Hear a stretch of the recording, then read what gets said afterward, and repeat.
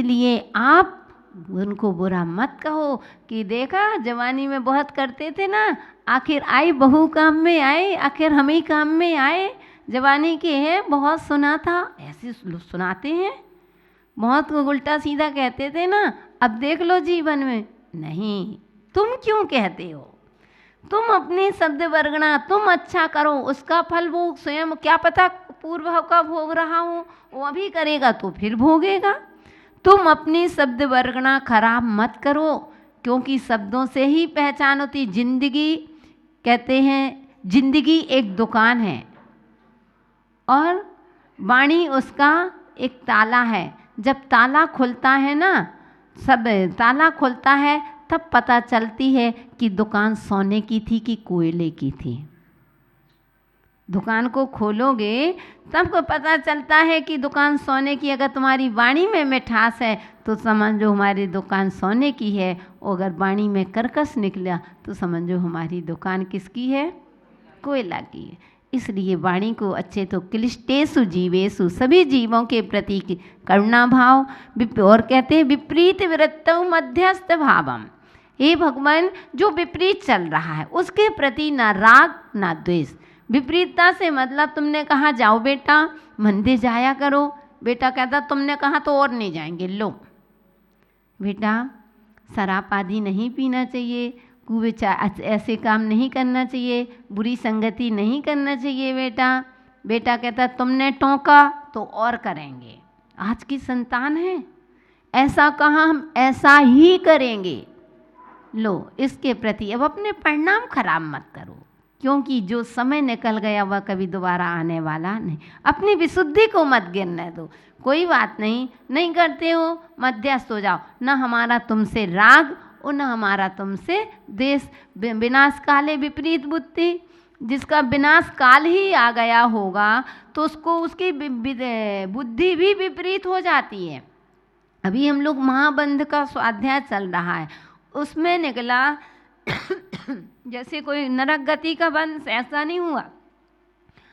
निमित्त ऐसे होते हैं, उसकी परिणति पहले से ही ऐसी होने लगती है। कलह होगा, क्लेश करेगा, ये करेगा, वो करेगा, मतलब एक दूसरे को भिड़ाई खोर करेगा ऐसे, और फिर बाद में उसको नरकों। तो नरक जाने से पहले ही पता चल गया कि इसको कहाँ जाना है। कोई व्यक्ति मायाचारी, बार बार मायाचारी छल कपट से अपना सिक्का चलाना चाहता है, सोच लेना इसको नियम से पक्का है, अंदाज लगा लो कि जी मायाचारी त्रियंच बनना है, इसको कुत्ता बिल्ली सुअर कुकर आदि बनेगा ऐसे। तो कह दिया कि पहले से ही पता, इसलिए अपने परिणाम खराब मत करो। मध्यस्थ भावम, भगवान ना हमारा इससे राग न समझाने की कोशिश करो। अगर बहू को समझाओ, अगर उसको बुरा लगता है, विपरीत में जा रही है, तो कोई भी कार्य को, चाहे पति हो, चाहे पत्नी हो, चाहे माता हो, चाहे पिता हो, चाहे सास हो, बहू हो, बेटा हो, बेटी हो, साधु हो, हम लोगों के लिए हम लोग समझाते हैं, देखा कि इसका परिणाम उल्टा निकलना है। समझाने की कोशिश करते हैं, गुरु होते अपने शिष्य को समझाते हैं कि बेटा ऐसा नहीं करते, इससे कर्मों का बंध होता है, आप अपना ज्ञान अपने पास रखो। वैसे शिष्य नहीं कहते, लेकिन जिसका विनाश काल होना होता है वह कह रहे, मालूम है गुरु कुछ कहेंगे, इसका उल्टा जवाब शिष्य दे देगा। विपरीतता में चल रहे हैं, आपने कहा तो नहीं पढ़ेंगे, लो अब तो और ही नहीं पढ़ना, थोड़ा सा डांट दिया, पढ़ना ही नहीं है। इसलिए गुरु उससे क्या होते हैं, राग द्वेष नहीं करते। क्या करेंगे राग द्वेष हो करके, हमें अपना भाव खराब थोड़ी करना है। इसलिए मध्यस्थ भावम, ना हमारा तुमसे राग और ना हमारा तुमसे देश। अनुशासन के उद्देश्य से टोंक दें, रू दे कह देंगे, लेकिन राग देश नहीं करते हैं। इस प्रकार से 4 चीज़ें मांगी थी, कल हम आपसे पूछेंगे, ठीक है ना, कि कौन कौन सी 4 चीज़ें थी, कौन कौन सी 4 चीज़ों को हमने ग्रहण किया था। तो सामायिक पाठ में आचार्य अमित गति आचार्य महाराज ने भगवान से प्रार्थना की थी, हे भगवान मुझे 4 वस्तु की प्राप्ति हो। सुनाओ कौन कौन से। पहले मैत्री भाव, किसके? पड़ोसी बस के लिए। सत्वेषु मैत्रीम, यानी सभी जीवों के प्रति मैत्री भाव। गुण सुप्रमोदम, सभी जीवों पर गुणी जनों के में प्रेम भाव बढ़ना। और क्लिष्टेषु जीवेषु, जो दुखी जीव हैं उन पर मेरी करुणा भाव रहे।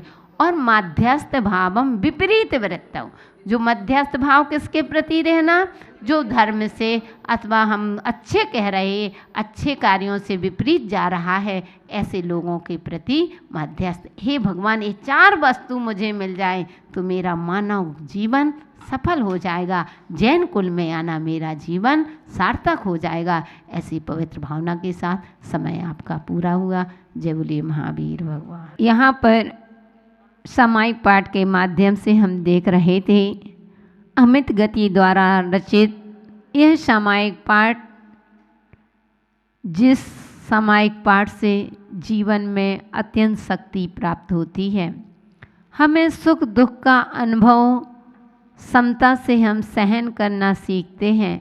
यह सामायिक पाठ तो कल हमने देखा था, आचार्य महाराज ने पहले छंद में, पहले काव्य में अथवा पहली गाथा में आचार्य महाराज ने 4 वस्तुएं मांगी थी। कौन कौन सी वस्तु मांगी थी?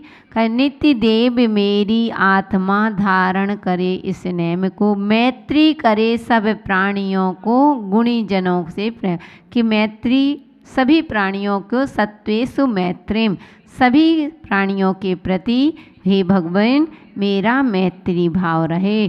गुणसु प्रमोदम, हे भगवान गुणी जनों को देख करके मेरा प्रसन्न मन हो जाए, हमेशा मेरे मन में खुशी रहे, दूसरों की खुशी देख करके मेरे जीवन में खुशी आ जाए। भगवान, हे भगवान मुझे ऐसी यह वस्तु मुझे चाहिए। अगर यह वस्तु मेरे पास आ गई तो सोच लेना कि मेरे पास सब। आज सबसे बड़ी कमी आज के समय में कि हम दूसरों की खुशी में शामिल नहीं हो पाते हैं। हम दूसरों की अच्छाइयों को स्वीकार नहीं कर पाते हैं। दूसरों की तारीफ को देख करके सुन करके हमारा मन खराब हो जाता है। हमारे से नहीं, संसारी प्राणी की बात करें, आप सभी की बात कर रहे हैं। तो कहने का तात्पर्य सबसे बड़ी, अगर आप दूसरों की खुशी को देख करके खुश होते हैं, दूसरों की तारीफ देख करके आप खुश होते हैं, तो सोच लेना आपकी मनुष्य पर्याय की अथवा श्रावक धर्म की सबसे बड़ी साधना है आपकी। क्योंकि आज के समय में हमने बताया था, अपने दुख से कम दुखी, पड़ोसी को सुखी देख करके ज़्यादा दुखी हो जाते हैं। पड़ोसी का बेटा फेल हो तो दुख होता है, लेकिन अगर पड़ोसी का बेटा पास हो जाए तो और ज़्यादा दुख होता है। इसलिए तारीफ नहीं सुहाई जाती है। अगर तारीफ तुमने सुनना सीखे, बहुत सारे लोग तो होते हैं बस रहने दो, हाँ हमने सुन लिया, हमें बार बार नहीं सुनने, वही बातें क्यों बार बार करते हो। अरे कोई ने बताया कि फलाना व्यक्ति इतना होशियार, इतना था, इतने उसने डिग्री प्राप्त कर ली, ऐसा आया, कॉलेज में फर्स्ट आया, यानी अपने स्कूल में टॉप आया, नगर में टॉप आया, देश में टॉप आया, कुछ भी, तो पता चला कि आपन से सहन नहीं होता, बस हो गया, ठीक है अब सुन तो लिया, कितनी बार सुनाओगे। ओ बुराइयों को इससे भी सुनो, हाँ हमने उससे सुना था, हाँ ऐसा था। बुराइयाँ अगर एक सुनी तो बुराई के लिए कह दो कि हाँ हमें क्या सुनना, बस हो गया, एक बार सुन लिया, हमने सुन लिया, हमें नहीं सुनना। तो बुराइयों को तो चाव से सुनोगे। और तो क्या, पूजा भी चल रही है तो पूजा छोड़ के कान यहाँ लगे रहेंगे, मायाचारी चाहे मंदिर में कर लेंगे, लेकिन बुराइयाँ इतनी गौर से सुनेंगे कि क्या हो गया है। होता है, संसारी प्राणी हो, तो इसलिए कह दिया गुण सो प्रमोदम, कि हे भगवान मुझे कुछ नहीं चाहिए। गुणी जनों में जो गुणी जन हैं उनको देख करके मेरे प्रेम उमड़ आए। और मध्यस्थ क्लिष्टेषु जीवेषु कृपा परतम, और कोई दुखी प्राणी है उस पर मेरी करुणा भाव रहे। क्योंकि आज के समय में करुणा नाम की चीज़ रह ही नहीं गई। आज इतना तुम घर में साफ सफाई करते हो, कभी करुणा आती है कि कितने जीवों की हिंसा हो रही है? कपड़े धोते हो, चक्की चूल्हा करते हो, क्या नहीं करते हो? गृहस्थ में क्या पाप नहीं होते? इतना कर रहे हो, चींटी के चींटी मारते जा रहे, पाउडर डाल दिया, छिड़क दिया, नाली में साफ करने के लिए फिनाइल डाल दिया, आधी आधी आग साफ हो गई, लेकिन जरा सी भी करुणा आई? कभी दया आती है कि इन कितने जीवों को मैंने घात कर दिया? अब हम चाहते मुझे सुख मिले, मुझे सुख मिले, मुझे सुख की प्राप्ति नहीं होती, मेरे दिन अच्छे नहीं। कैसे तुम्हारे दिन अच्छे आएंगे? तुम क्या सभी जीवों को सुख चाहते हो क्या? तुम सभी जीवों के प्रति करुणा भाव रखते हो क्या? जब हमारे मन से ही करुणा भाव नहीं निकलती है तो हम क्या दूसरों से हम क्यों उम्मीद करें कि हमारा अच्छा होगा? हरी हरी घास के ऊपर चल रहे हैं, डॉक्टर ने कह दिया सुबह टाइम मॉर्निंग वॉक किया करो, हरी हरी घास में चला करो, आँखें अच्छी हो जाएंगी, आँखों की रोशनी बढ़ जाएगी। अरे दूसरे जीव को सता करके उसके दिल से क्या हाय नहीं निकलेगी क्या? तुम्हारी आत्मा, वो घास की आत्मा, चाहे एक इंद्री हो चाहे पंच इंद्री हो, सबकी आत्मा में बरा वही आत्मा, बस ये है जिस आकार में जाती है वैसे आकार हो जाता है। हाथी के शरीर में जाती है तो हाथी बराबर आत्मा हो जाती है, और चींटी के में गई तो चींटी बराबर आत्मा। लेकिन सबकी आत्मा एक है। जो हमें दर्द हो रहा है वो उसको भी हो रहा है। आज तुम्हारे ऊपर कोई चले अथवा तुम्हारा हाथ मरोड़ दे, कोई हाथ टेढ़ा कर दे तो तुमको गुस्सा नहीं आएगा क्या? तुम्हारे ऊपर कोई जानबूझकर बैठे हो और नक करके निकल जाए, तुम्हारे पैर में पैर रख दे तो तुमको तड़फड़ा जाते हो, गुस्सा देख के नहीं चलते हो क्या? गुस्सा आता है। भले सॉरी उसने कह दी, सॉरी सॉरी, और तुम तो सॉरी भी नहीं बोलते हो वहाँ पर, इतना भी नहीं कहते कि तस्मिच्छामि दुक्कडम, हे भगवान मैं आपके, हे जीव मैं आपके ऊपर चला हूँ, मुझे माफ़ कर दो। कभी माफ़ी मांगी क्या? अब कहाँ से तुमको सुख मिलेगा? तुम दूसरों के ऊपर चढ़ते जाओ कि तो सुख मिल जाए।